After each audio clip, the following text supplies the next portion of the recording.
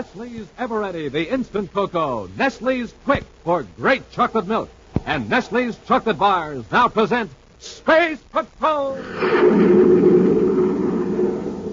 High adventure in the wild, vast reaches of space. Missions of daring in the name of interplanetary justice. Travel into the future with Buzz Corey, Commander-in-Chief of the Space Patrol! In today's transcribed Space Patrol adventure, Buzz and Happy have landed on a distant planet to help 500 enslaved workers escape from a mine. Happy waits in the grounded ship while Buzz walks toward the robot-guarded mine shaft. Cadet Happy to Commander Corey. Go ahead, Happy. I just picked up something in the viewscope screen. It's one of those robot cargo jobs, and it's heading this way. Happy, those ships never land anywhere in Gobonic except the city spaceport. This one's sure barreling in, sir. If it keeps its present trajectory, it'll land right in the mining area. Land? It's set to crash. Crash? Mr. Ruger's work. We can't stop that ship. It'll explode and destroy every living person in this area. We'll return in just a moment with the thrilling story of Frightened Robots. Space Patrollers, this is Commander Corey. Let me ask you something. When Mom and Dad had their breakfast coffee this morning, did you have a good hot drink? You know, you need a real morning warm-up for all-day power. That's why you should always start the day the Space Patrol way, with a big cup of Nestle's Instant Cocoa. It's just loaded with good hot nourishment for real energy. And Nestle's makes the greatest hot cocoa you've ever tasted. It's rich, it's smooth, it's delicious. It's really out of this universe. And wait till you see how fast and easy it is to fix. And Nestle's Ever-Ready is so easy it just about makes itself. Now listen, here's all you do. You just put 1, 2, 3 teaspoons of Nestle's in your cup and add hot water. That's all. Now you're all ready to drink it and get your supply of morning pep. And Nestle's Ever-Ready is the complete cocoa, too. You add nothing but water because whole milk and sugar are already in it. You ought to see the lineup around here when they sound the Nestle's call. Everybody goes for that delicious Nestle's chocolate flavor. That goes for me, too. Now, why don't you get the Nestle Space Patrol habit? Ask Mom to stock your galley with Nestle's and drink it regularly, the way we do. And you'll have power to spare. That's Nestle's Ever-Ready Cocoa in the bright red can. And now, today's Space Patrol adventure, the Frightened Robots. Commander Corey and Cadet Happy are in the Terra 5, high above the surface of the planet Gobonic, a world ruled by robots. They've just blasted off from a forest region where they said goodbye to Mono and Anila, 2 friends whom the Space Patrollers rescued from enemies in the principal city of the planet. While Buzz is at the controls, Happy idly adjusts the Space Patrol periscope, the amazing hyperspace optical device that can show a close-up view of any part of space. You see anything interesting, Happy? Just a train of cars, sir. Probably headed for one of the farming areas outside the city. Gobonic is a depressing planet. Still, I hate to leave it. I found a Mono and his friends, you mean? Yes. Gobonic won't be free until the robots are overthrown. That might take years. Sure wish we could do something to help them. Well, it's not our job to meddle into other people's internal affairs, Hap. What we've done was just to save Mono's life. We acted as individuals, not as agents of the United Planets. Hey, I thought those trains left the city empty. That's what Mona told us. They brought back full of supplies, and half of them sent to Warmont. Oh, these cars are open, sir. They're like we'd haul ore in, but well, some of them are full of people. Well, farm workers, probably. They're just jammed into those cars. Oh, it's poor people. I know how you feel, huh? That's something we have no control over. Our job is to explore Warmont for radioactive minerals. Better cut off that periscope before you feel worse than you do now. Yes, sir. Well, hey, we've got to give this to Mono when we let him out of the ship. Oh, look now, his robot control unit. Uh-huh. It might come in handy if Mono or any of his friends have to return to the city. Well, perhaps it's just as well Mona doesn't have it. If he's caught with one of the administrator's robot controls, I hate to think what would happen to him. Agent 7 to Gobonic City calling ARL Camp 21. Commander, it's one of our space Turn up the volume, man. Agent 7 to Gobonic City calling ARL Camp 21. Come in, please. ARL Camp, that's an anti-robot league hideout. ARL Camp 21 here. Go ahead, Agent 7. That's Mono. Hey, they're operating already. They've distributed our miniature spacephones inside the city. Warn all the League members not to try to enter the city. Don't even contact us by spacephone. The robots are rounding us up. We've been betrayed. No, I don't think so. The roundup isn't very selective. But this morning, 500 workers from all sections were picked out and put aboard a work train. They're on their way to the K-Light mines. K-Light mines. How did you find out? The robots broadcast it all over the city. Obviously, it's a disciplinary action. Of course. K-Light is useless. K-Light dust is harmful to human beings. When 500 workers are diverted from essential production and sent to the K-Light mines, there's only one explanation. It's a warning to everybody to stop trying to overthrow the robot. Exactly. Anyone even suspected of aberrationist tendencies, off they go to the K-Light mines. We'll suspend all activities for the time being. Be careful. ARL Camp 21 out. Now we know where those carloads of people are going. To the K-Light mines. That's criminal, Hap. It's cruel punishment. It's completely useless. I wonder just how automatic those robots are. You think the administrators, like our friend Roknar, might have more control than they let on? It's possible. Trouble is, Mono and his friends can't find that out. Only administrators can get near the robot master control. Our periscope could show us that master control. Or would that be interfering? Maybe it is. But when robots can send hundreds of innocent people into slavery, I say it's time to interfere. So do I. I'll get that map of the city Mono drew for me. Then we'll use the periscope and find out how that robot system operates.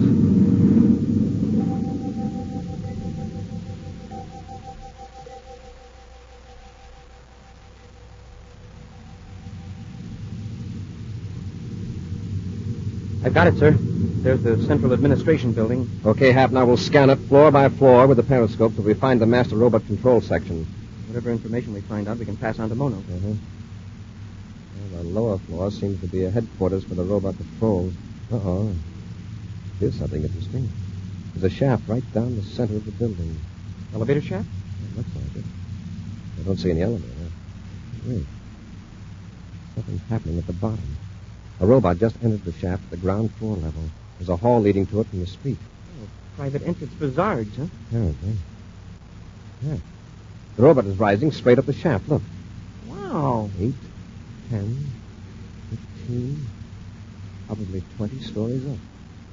Now it's stopped in midair. It touched the control on its belt.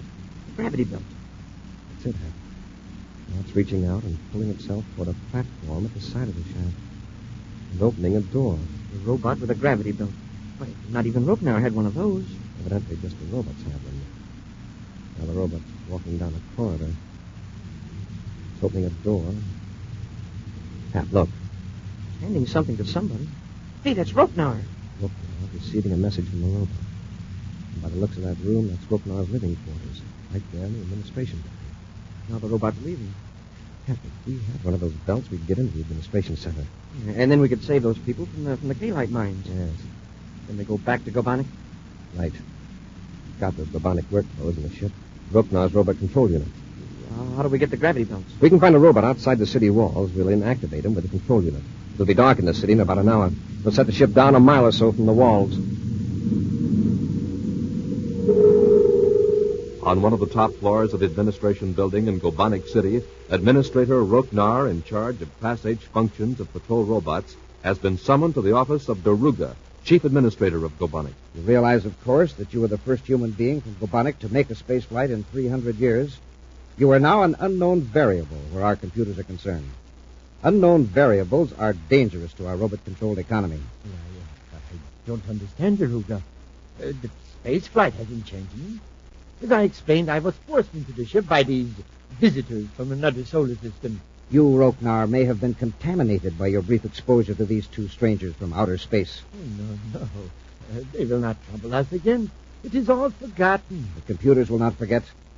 I had to feed false data into the master computer to arrange this shipment of workers to the K-Light mines. Some sections are now short-handed. That means longer hours, a general speed-up and lower efficiency. Yes, but there will be no more anti-robot talk among the workers. They're thoroughly frightened. Fright, Roknar, is a factor that cannot be measured by the computers. Our robot controls can maintain proper balance only if the human population can be kept calm and placid. Fear and hope of change, these must be kept to the minimum at all times. Yes, I understand. And I will keep my robot patrols alert for any sign of aberration. Very well. You may go, Administrator Roknar. Thank you, Chief Daruga.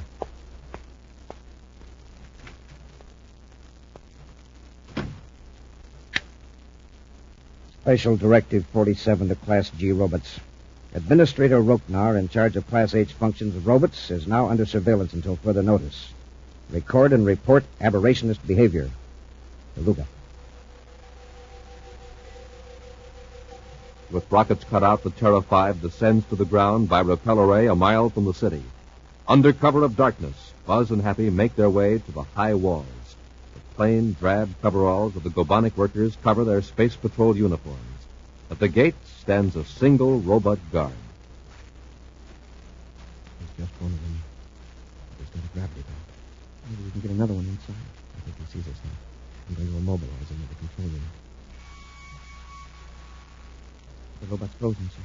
I'll handle this job alone here. I'll take the robot's gravity belt and enter the city. You stand watching the ship. Yes, Commander. There's no trick to removing the robot's gravity. It's a simple button. It only fits me. Turn of this knob should lift me to the top of the wall. Sure wish I were going with you, sir. I'll keep a miniature space phone on hand. I'll keep you informed if I have a chance. Here goes. Hey, it works. Return to the ship, Happy? Yes, sir. Good luck, Commander.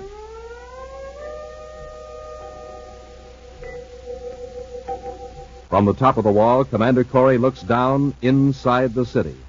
Seeing no one near, he lowers himself to the ground with a gravity belt. With casual gait, but on the alert, Buzz walks through the streets to the administration building, avoiding the curious inspection of robot patrols by pressing a switch on his robot control unit. A walk down a deserted corridor brings him to a tall shaft extending up to the top floor of the building. Commander Corey, that Happy, can you lead me? Yes, sir. Everything okay? So far, I'm at the bottom of the robot shaft. If I can get up the rope now, room without being seen. Here goes.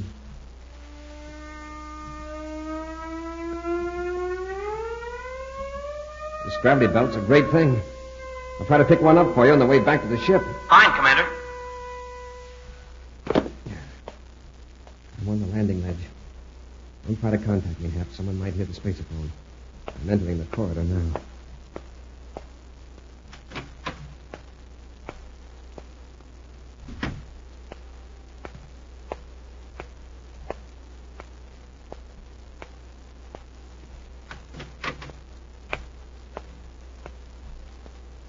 Get your hands up, Rupnar. What do you mean by... Ulrich! Don't try to reach for your robot control. I'd better remove it from your belt. I don't want to use this ray gun on you, so behave yourself. You've got to get out of here. If you're found in my room, You'll be sent to the K-Light mine, perhaps. With the other 500 prisoners. What did you know about that? You answer my questions first, Rupnar. Do you administrators rule the robots? Or do the robots rule you? I don't understand what you mean. Just this. Computers juggled a lot of work quotas and picked 500 human slaves to go to the K-Light mine. K-Light is useless. If those people work in the mines very long, they'll get sick. For many of them, it'll be fatal. Isn't that right? Yes, I suppose so. All right. Was that K-Light deal automatic, or did somebody prime the computers? I want an answer, Rupnar. The computers may have been adjusted a little. And they could also be adjusted to bring those people back. That's impossible. I think you can find a way to work it out. Even if you burn out a couple of keys in the computers, it's better than forcing 500 people to mine poisonous K-Light. Computers cannot be changed, I tell Now, you. look, Rupnar. I can do a lot of mischief to your patrol robots. Your push-button police. I can make you look pretty foolish. I can do all this without hurting a single human being, not even an administrator. You wouldn't wreck my robot. Unless you bring those people back from the mines, you will be in the junk business. How about it? I think it can be arranged. If you give me time to talk to the chief administrator. Of course, he must never know. But he does know. Daruga! Both of you stand perfectly still. This weapon in my hand can destroy you both. A move from either of you, and I shall use it. We'll return to Space Patrol in just a moment. Say, here comes Tony Sides. Well, I'll be. He's growing a mustache. Who? Me, Captain Tufel? What do you mean? Oh, you sure have. It's brown and quite a long one, too. Ah, gee whiz. That's no mustache. That's some Nestle's cocoa. You see, I had a cut just a few minutes ago. And, well, I guess I was in such a hurry to drink it, I got some on my upper lip. I'll just lick it off. Gee, that's good. Yes, that's what everybody says, Tony. You know, Nestle's Eveready makes the best cocoa in the universe. It's so rich, so chocolatey, and so smooth. You know, since we got the Space Patrol habit at our house, all my brothers and sisters drink Nestle's cocoa for breakfast. We love the way it tastes, and boy, we sure love the pep it gives us. Starting the day with a hot drink is real smart. Especially when that drink is Nestle's Cocoa. You said it. And Nestle's Eveready is so easy to fix, it practically makes itself. You just put 1, 2, 3 teaspoons in your cup and add hot water, and that's all there is to it. Milk and sugar are already in Nestle, so you don't have to add a thing. Gang, how about you? If you haven't tried the Space Patrol way to start the day, don't wait anymore. Chow up for delicious Nestle's Cocoa. Ask your mom to get Nestle's in the bright red can. And now back to our Space Patrol adventure, The Frightened Robots. Buzz and Happy are determined to save several hundred inhabitants of the planet Gobonic who've been forced to mine the poisonous mineral Kaolite. While Happy remains in the Terra 5, Buzz undertakes a daring one-man expedition into the city. With the aid of a gravity belt taken from a patrol robot, Buzz rises to the 20th level of the administration building where he encounters Roknar, an official of the robot-ruled government. Just as Buzz obtains a promise from the unwilling Roknar, the chief administrator, Daruga, suddenly appears and holds Buzz at bay with a powerful weapon. Drop your weapon. Go on, drop it. All right. No, Roknar, don't touch it. But, Daruga, I was only going to hand it to you. Indeed. Here I find you in a cozy conference with a worker who has somehow been smuggled up above the 3rd floor. But he's not a worker. He's Commander Corey, one of the visitors from another solar system. So much the worse for you, Roknar. I was right. You have been contaminated by this stranger. I heard you plotting against the robots. No, Daruga. He forced his way in here. He threatened to destroy the patrol robots unless I agree to bring those workers back from the Kaolite mine. He's telling the truth, Daruga. Your presence here introduces new factors, variables with which our computers may be unable to cope. And you administrators will have to do some thinking yourselves for a change. Not if I eliminate the disturbing factor.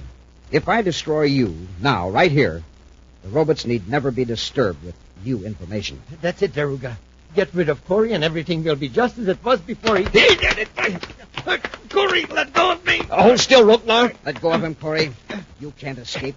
There are Z-type robots out in the corridor. How about this window behind me? Beyond it is a straight drop, 20 levels above the street. You see, you are trapped. Come on, Roknar. You're going through that window. No, we'll be killed. Corey, stop or I'll fire. If you shoot, you destroy Roknar, one of your own administrators. Corey, have you lost your mind? Keep away from that window. You're going through it if I have to carry you. So long, Daruga. Corey, Stop struggling, Roknar. I hate to drop you. This gravity belt should support both of us. We're not falling. We're rising into the air. Hang on, you'll be all right. Commander Corey to Cadet Happy. Happy here, sir. Blast off immediately. Pick me up directly over the administration building. If this gravity belt holds up, I'll keep rising. Yes, sir. I've got Roknar with me. They might send some robots up after us, so hurry. Quickly blasting off, Cadet Happy circles back over the city. A tiny dot on the viewscope shows him that he's picked up Buzz and Roknar ascending vertically over the administration building. Cutting the ship's velocity, Happy heads toward the commander, pressing a button on the rocket cockpit panel to open the outer hatch. Can you come closer, Happy? Yes, sir. This gravity belt doesn't give any horizontal motion, Hap, just up and down. You'll have to maneuver the ship so I can reach the open hatch. Yes, sir. When I get close enough, I'll cut my forward speed with a blast from the nose rockets. Right, Hap. Got to make it on the first pass. Roknar's boss, Daruga, is sending up some robots with gravity belts. Okay, Commander. Get set. I'll get this, Roknar. I'll hold on to you, and you concentrate on pulling us into the ship. Yes, Commander. This is it, Commander. Now, Roknar. Now! I got it! We're in the airlock, Happy. Kick on the tail rockets. We're losing altitude. Okay, sir.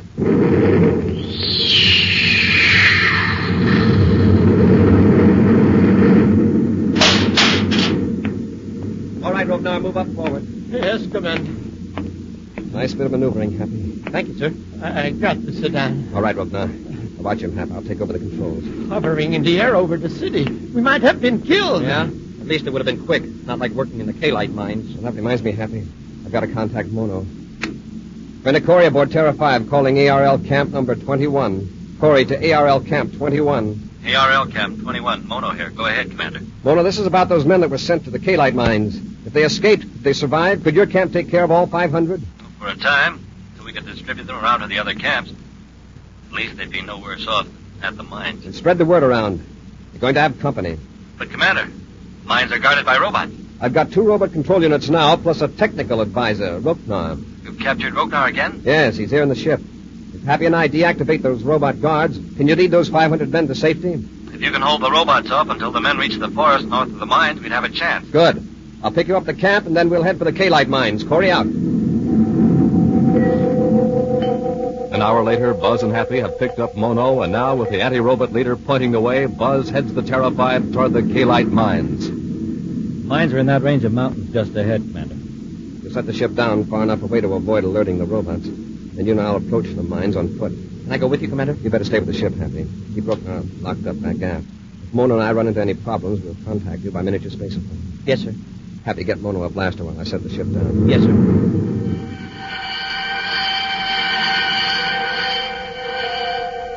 Leaving Happy in the ship, Buzz and Mono strike out over the ridge for the mines. As Buzz and Mono descend the slope, a breeze charged with an acrid dust blows toward them from the mines. There's one of the outer guard, Commander. A robot. It sees us. Just keep walking toward it until we're in range to work the control unit. We've got to deactivate the robot before it deactivates us. But how many robots are here at the mine? I think about 25. At least half of them are down in the shaft with the miners. The robot's suspicious. It's coming toward us. I think we're in range now. Okay, stop. I'll use the control unit. It's still coming. I'll give it another charge. My control unit isn't working. Use yours. Yes, Commander. Mine doesn't work either. Commander, the robot's reaching for his immobilizer ray. This blaster's likely to arouse the whole camp, but I've got to use it. You got it. Back up the hill quick, before the other robots come to investigate. Duck behind your stick at Mono. Let's see if we're being followed. There are 2 robots heading this way. Yes, but not moving very fast. Just curious, I guess. I wonder why our control units didn't work. I've got an idea about that. Contact Happy. Commander Corey to Cadet Happy. Happy here, sir. We had to use a blaster on a robot guard, Hap. The Ruger must have changed the response frequencies on the robots. Our control units don't work. What are we going to do? Pick off the robots one by one with blasters? Well, we can't risk it. The robots might turn on the workers. Now, listen. Get Roknar and bring him here. Maybe he can give these robots direct orders. Can we trust him? We'll have to. Mono and I'll be waiting just over the top of the ridge.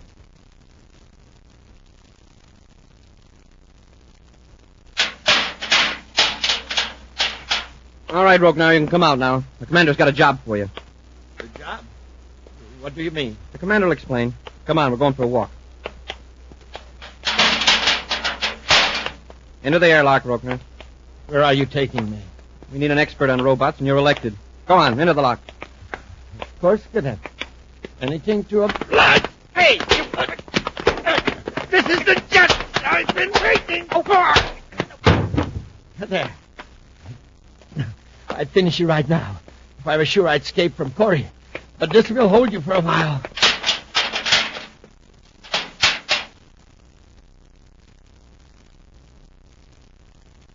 What's taking Happy so long? I'll contact him again. Commander Corey to Cadet Happy. Happy, can you read me? Happy here, sir. Hap, where are you? In the ship. Commander, I pulled a boner. Roknar got away. He pulled a sneak punch and knocked me cold. I just came to. I'm awfully sorry, sir. Now, Hap, listen. Stay on guard in the ship. Moto and I are going to try to get into the mines and lead the workers out. For some reason, most of the robots are leaving the area. Maybe Roknar got a warning through. No, he hasn't had time to get there. And he doesn't have a control unit. Uh-oh. What's the matter? I just picked up something in the viewscope screen. A spaceship. Spaceship? Yes, sir. It's one of those robot cargo jobs. And it's headed this way. Mono, could it be coming to the mines? That's unheard of. Spaceships are used only to take cargoes to the other planet, Warmark. They never land anywhere on Gabonik except the city spaceport. Well, this one is sure barreling in, sir. If it keeps its present trajectory, it'll land right in the mining area. Maybe some big-shot administrators are aboard. Human beings never ride in spaceships. Not here on Gabonik, I mean. Robots are leaving just as that ship is coming in. Hap, how far away is that ship? Oh, at its present velocity, it should land in about 5 minutes. Man, looks like it's set to crash. It'll probably explode and destroy every living person in this area. Smoking rockets. Stand by to blast off, Hap. Mono and I are returning to the ship. Racing over the rough ground, Buzz and Mono reach the Terra 5. The incoming robot ship is now plainly visible to the naked eye as the commander rushes to the controls. Stand by for blast off. Close ports. Close ports. Fire jets. Fire jets. Up ship and away.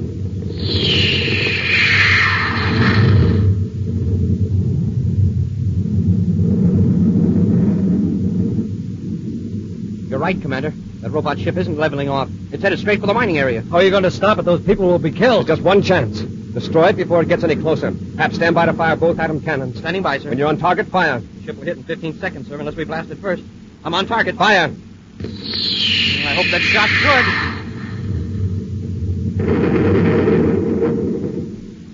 You've got it. Robot ship's going low to atom. Concussion must have been terrific back in the mines. Let's hope it didn't do any damage. We'll circle back and inspect. Frightening thing. That ship had struck the ground. All those people. Then Deruga or some other top administrator must have given the robots a signal to leave the mines. He wanted his valuable robots out of danger. The administrators say that the master robots are beyond human control. Yes, that's true. But Deruga pulled that ship out of a course that's followed for centuries. It must have changed the master control. Yes. To destroy 500 helpless innocent people. If it hadn't been for you, Commander. Mono, your enemies have given you proof that the robots can be changed. They can be redirected to help humanity, not to enslave it and destroy it. Hey, look at those people down there, looking up and waving. They're waiting for you, Mono. Waiting for you to lead them to freedom. An action preview of next week's exciting Space Patrol adventure in just a moment. Commander Corey calling all space jockeys. Calling all space jockeys. Accelerate jets. Full speed ahead if you want to get in under the wire, because today is absolutely the last time we will ever be able to offer you a sensational rocket cockpit for your very own. A gang, don't miss out. The rocket cockpit is so much fun, all equipped with moving viewscope, operating speed controls, our secret star drive, master dials that give you the official Space Patrol code, and atomic cannons that really fire. Now, this rocket cockpit is a real model of the one I fly, so you know it's scientific and complete. Now, here's how you get yours. Send your name and address and 25 cents along with 2 wrappers from any Nestle's chocolate bars to Nestle, Box 54, St. Louis, Missouri. That's Nestle, Box 54, St. Louis, Missouri. And do it right now, because this offer will never be made again. And I want all of you to have the thrill of flying with your own rocket cockpit. And now, a preview of next week's exciting Space Patrol adventure. Buzz is descending the face of a cliff on the planet Gobonic to rescue his friend Mono on a ledge below. In their spaceship on top of the cliff, Happy contacts the commander by spaceophone. How you doing, Commander? I've got to go down another 100 feet, Happy. If I can get to Mono before that robot does. Mono. Mono, answer me. What happened, Commander? Mono collapsed down there on the ledge.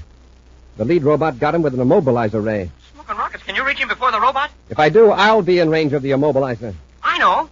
Use your blaster on the robot. From this height, I might hit Mono, and there are 5 more robots closing in. Be with us again next week for the thrilling Space Patrol story, A Planet in Peril. Space Patrol, created by Mike Moser, starring Ed Kemmer as Commander Corey and Lynn Osborne as Cadet Happy, was written by Lou Houston. Produced and directed by Larry Robertson. Executive producer Helen Moser. Other players were Ken Mayer, Norman Jolly, Bela Kovac, and Tony Sides. Dick Tufeld speaking. This week's Space Patrol was brought to you by Nestle's Eveready, the instant cocoa. Nestle's Quick for great chocolate milk, and famous Nestle's chocolate bars. This program is broadcast to our armed forces overseas through the worldwide facilities of the Armed Forces Radio Service. Space Patrol came to you transcribed from Hollywood. This is ABC Radio Network.